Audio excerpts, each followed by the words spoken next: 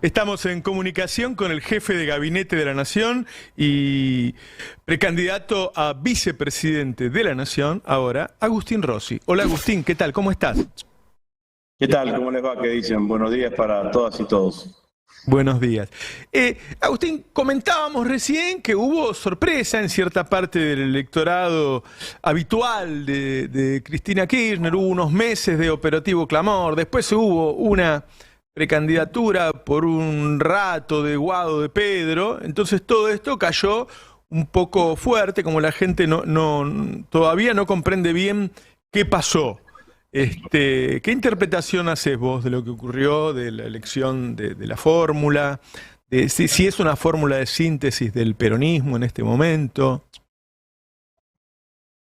Bueno, lo que entiendo yo es que el devenir de los hechos hacia el interior del Frente de Todos fue generando una fórmula que generó niveles de consenso y niveles de síntesis que por diferentes circunstancias o diferentes momentos, lo que venía pasando anteriormente no generaba estos niveles casi de unanimidad, ¿no?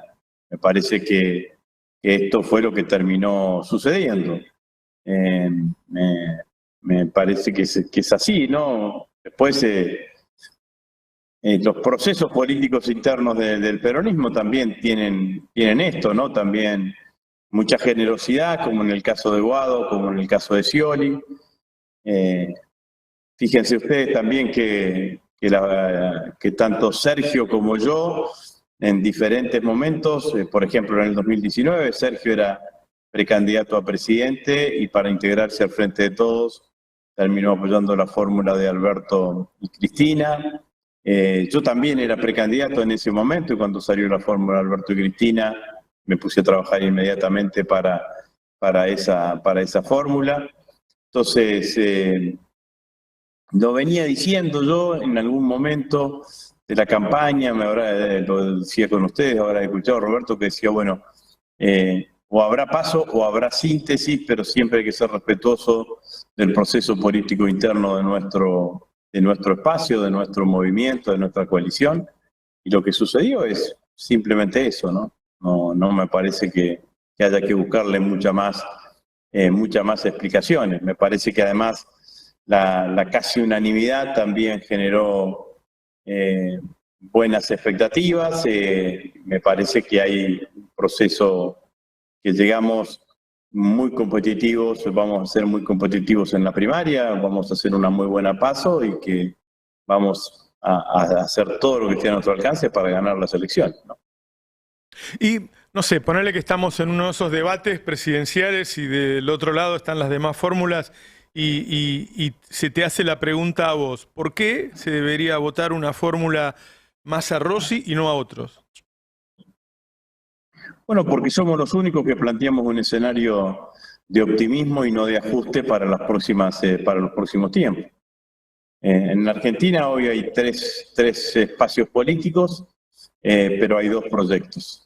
Los proyectos políticos que expresa la derecha son proyectos que cuando uno pone la lupa, sobre todo en la cuestión económica, te están diciendo que el año que viene va a ser un año de más ajuste, que va a haber una implícita, directa o indirectamente te plantean que va a haber una devaluación, que van a hacer una devaluación económica. Eso significa más inflación, más recesión económica, más pérdida del poder adquisitivo del salario, más pobreza, más indigencia.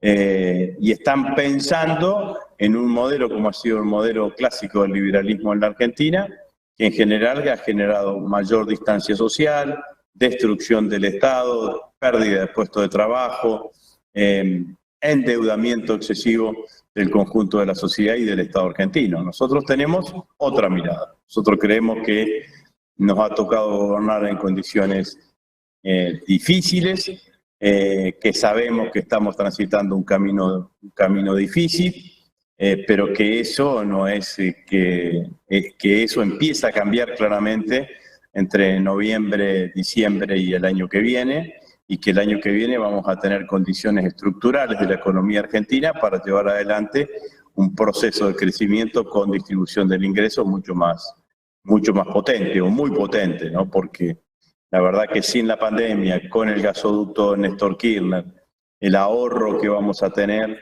es de 20.000, 25.000 millones de dólares, que es más o menos lo que todos los economistas están planteando como balanza comercial favorable durante el año que viene.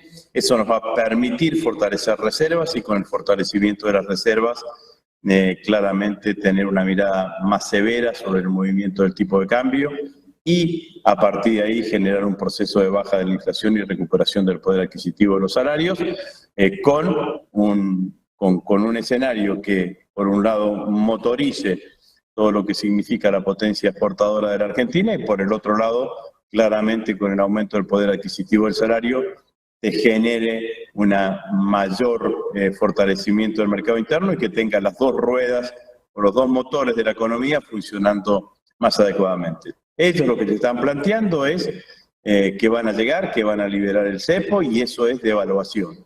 ¿Devaluación qué significa? Que la inflación se va a duplicar a la que tenemos ahora con todos los efectos nocivos que eso genera en la Argentina. Bueno, me parece que de esto se trata.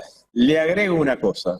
La cosa que le agrego es que lo que tienen por delante es saber que decisiones económicas de ese tipo pueden llegar a generar reacciones sociales y van a utilizar la violencia institucional para reprimir esas situaciones, porque es el experimento de lo que vimos en Jujuy durante la semana pasada, ¿no? Claramente que eso es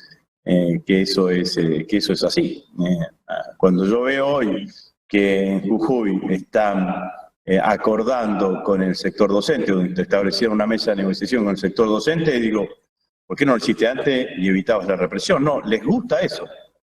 Que les genera, creen que es una forma de disciplinamiento social y político en los procesos de represión institucional. Bueno, a todo eso nos vamos a enfrentar en las próximas elecciones. En los últimos meses lo que uno veía en ambos partidos, en Juntos por el Cambio y en el Frente de Todos hasta hace poco, era divisiones, peleas todo el tiempo, y eso se decía generaba además cierto malestar en la población, cierta cosa antipolítica. ¿Vos pensás que ahora se puede ordenar entonces el ahora Unión por la Patria, al tiempo que ellos siguen con diferencias muy grandes que se están acentuando entre Bullrich y Larreta?